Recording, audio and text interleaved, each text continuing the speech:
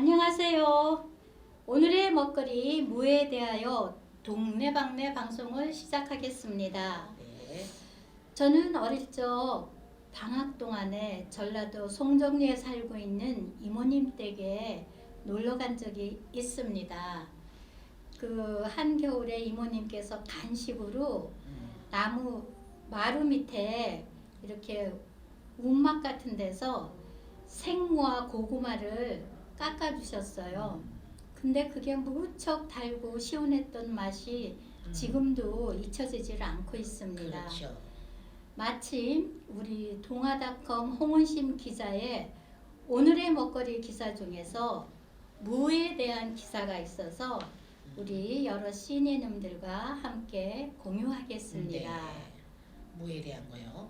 요즘처럼 찬바람 부는 계절에 맛이 더욱 깊어져 예부터 겨울의 인삼이라고 불리기도 하는 무는 단맛과 청량감 강한 팔방미인 식재료로 뿌리, 껍질, 무청까지 버릴 부분이 하나도 없고요.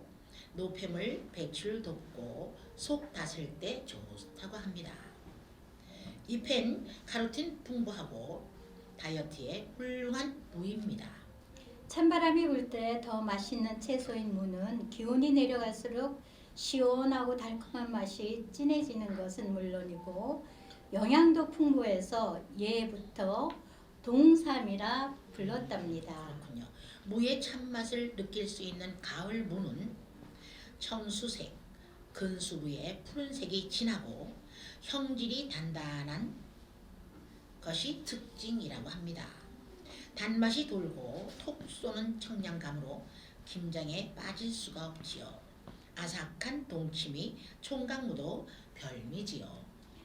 껍질부터 시래기까지 영양성분 풍부한 무에는 소화 흡수를 촉진하는 디아스타제와 페루오키스타제라는 성분이 풍부해서 몸속 노폐물 배출을 돕고 위의 통증, 위궤양 예방과 관리에 도움을 준답니다. 과식으로 속이 더부룩할 때 먹으면 위가 편안해집니다. 네. 무는 껍질째 먹는 것이 좋은데요. 껍질에는 모세혈관을 튼튼하게 만들어 혈압을 낮춰주는 작용이 타고난 루틴, 비타민 P가 들어 있습니다.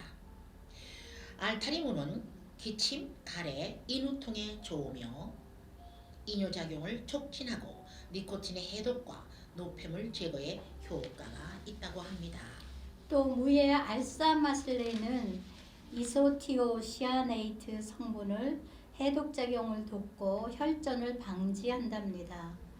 무를 썰거나 씹을 때 미로시나제라는 효소가 활성화되는데 이 효소는 무에 들어있는 특징 성분을 분해해서 알싸한 맛을 내는 유황화합물을 발생시킵니다. 네.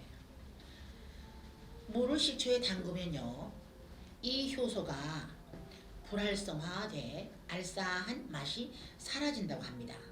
항암 효과가 탁월한 것으로 알려진 글루코시놀레이트는 무 생산 단계 중 수확기인 파종 후 60일 이후부터 가장 많이 생산됩니다. 무의 잎에는 카로틴이 풍부합니다. 100g당 열량이 13칼로리에 불과해 다이어트 식품으로도 좋습니다. 훌륭한 녹황색 채소로 베타카로틴과 칼슘, 비타민C 등이 뿌리에 몇 배나 들어 있습니다. 피부 미용과 감기 예방에 좋고요. 뼈를 튼튼하게 하는 데에도 도움이 됩니다. 제철엔 무청에 달린 재래종 초록무를 구입해 먹는 것이 맛과 영양면에서 좋습니다. 시래기는 가을철 무를 수확하고 잘라낸 무청을 겨우내 말린 것입니다. 다이아신, 나트륨, 단백질, 당질, 레타놀과 각종 비타민, 식이섬유가 풍부합니다. 잘 말린 시래기는 밥, 된장국 등으로 요리하면 아주 든든한 한 끼 식사가 될 수 있습니다. 김장무는 보통 모양이 곱고요. 잔뿌리가 없으며 표면이 하얗고 매끄러운 것이 좋습니다. 들었을 때 묵직하고 살짝 눌렀을 때 단단함이 느껴져야 좋은 무라고 합니다. 무의 윗부분에 나타나는 녹색이 전체 크기의 3분의 1 정도라면 잘 자라서 좋은 영양소가 듬뿍 담긴 무입니다. 휘거나 두세 갈래로 쪼개진 무는 재배할 때 미숙퇴비를 사용했거나 뿌리의 생장점이 손상된 것이므로 고르지 말아야 합니다. 아 그렇군요. 어쩐지 저 슈퍼에서 파는 거 보니까 매끈한 무. 근데 껍질채로 먹으라는데 껍질채로 먹을 수 있어요? 네, 먹죠. 왜요? 껍질은 벗기는데. 아니요. 껍질이 좋다고 그러죠? 예, 씻어서요. 껍질째 먹고 우리 동치미 담글 때도 껍질째 담그잖아요. 그러게. 네. 근데 이상하게 껍질이 잘 안 먹게 돼가지고 그래요? 이제부터 잘 아. 먹겠습니다. 알타리는 모양이 예쁘고 잔뿌리가 많지 않아 표면이 깨끗하고 뿌리와 잎에 병충해나 생리 장애가 없고요. 색이 변하지 않아야 한다고 합니다.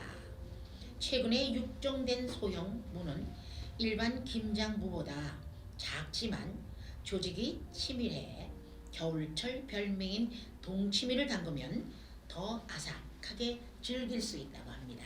물을 손질할 때 무청을 잘라내 끓는 물에 살짝 데쳐 바람에 말려두고 사용하는데 말리면서 생긴 먼지나 이물질을 물을 갈아가며 불려서 제거하고 부드럽게 삶아서 나물로 무치거나 볶아 먹습니다. 네, 들깨가루나 된장으로 양념을 한 뒤 다시마 물을 자작하게 부어 졸여 먹어도 좋습니다. 또 고등어를 졸일 때 함께 넣어도 맛이 있습니다. 무로 만든 요리하면 깍두기와 생채, 말린 무를 이용한 무말랭이 무침, 잎을 말린 우거지로 끓인 해장국 등이 떠오릅니다. 어른들은 모두 좋아하는 메뉴지만 아이들은 그다지 선호하지 않는 메뉴지요. 근데 그 무떡도 참 맛있어요. 무시루떡. 옛날 무시루떡 아주 별미죠. 근데 이거 도남시장에 가면은 딱 한 군데가 하거든요. 아, 오래된 그래요? 데서. 예. 근데 그거 참 힘든가 봐요.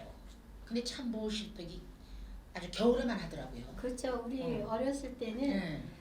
무시루떡 한 조각에 그 시래기 된장국 한 사발 해서 그렇지. 한 끼니를 때웠죠. 맞아요. 예. 그 무시루떡이 참 맛있어서 모르고 그냥 가을쯤에서 갔더니 겨울에 합니다. 그렇더라고요. 아, 한번 사 먹어야지 이제 겨울이 됐으니까. 늦가을 무는 물이 많아 주스를 만들기에 제격입니다.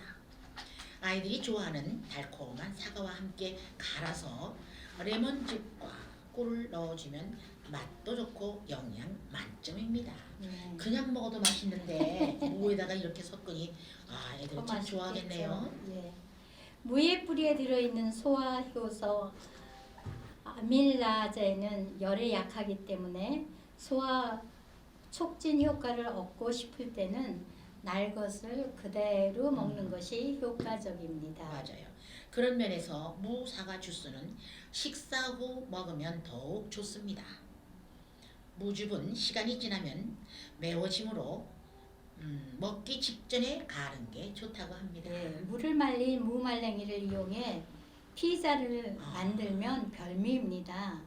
무말랭이를 간장, 설탕, 참기름 등을 넣어 볶은 뒤 또르띠아 위에 올리고 모짜렐라 치즈를 듬뿍 올려줍니다. 아유 좋지요. 무는 생선이나 찌개에 넣어 먹기도 하지만요. 국물을 시원하게 하는 최고의 육수 재료이기도 합니다. 무를 국물 내기에 사용할 때는 두 가지 경우가 있다고 합니다. 해물탕처럼 시원함이 강해야 할 때는 단맛이 강한 초록색 부분보다는 시원한 맛이 강한 흰색 부분이 좋습니다. 반면 된장찌개나 김치찌개 같이 감칠맛이 들어야 할 때는 초록색 부분을 사용하는 것이 맛있습니다. 네. 요리를 하고 남는 자투리를 알뜰하게 모아두었다가 국물을 내도 좋습니다. 다시마나 마른 새우, 마른 멸치 등을 넣고요. 끓이면 감칠맛이 훨씬 깊어진다고 합니다. 무가 맛이 없어지는 늦봄과 여름에는 제철에 말려두었던 무말랭이를 넣고 끓이면 훌륭한 육수가 됩니다. 무는 부위에 따라 맛이 다르므로 특성에 맞춰 조리법을 달리하면 더 맛있게 먹을 수 있습니다. 그래요. 같은 물에도 조리하는 데 따라서 더 맛있게 할 수 있겠죠. 네, 여기 무말랭이로 여름에 육수 음, 내면 좋다고 하네요. 그러게요. 윗부분으로 갈수록 단맛이 강하므로 샐러드나 무채, 동치미 등에 사용하면 좋고요. 단단한 가운데 부분은 묵국이나 전골, 조림 등에 활용하는 것이 좋습니다. 무의 끝부분은 매운맛이 강하므로 열을 가하거나 발효시키는 볶음이나 무나물에 쓰면 좋습니다. 이 겨울에 맛 좋은 무 요리로 몸과 마음이 다 건강하여지시기 바랍니다. 벌써 마칠 시간이 되었네요. 유익한 시간이 되었지요, 시청자님들.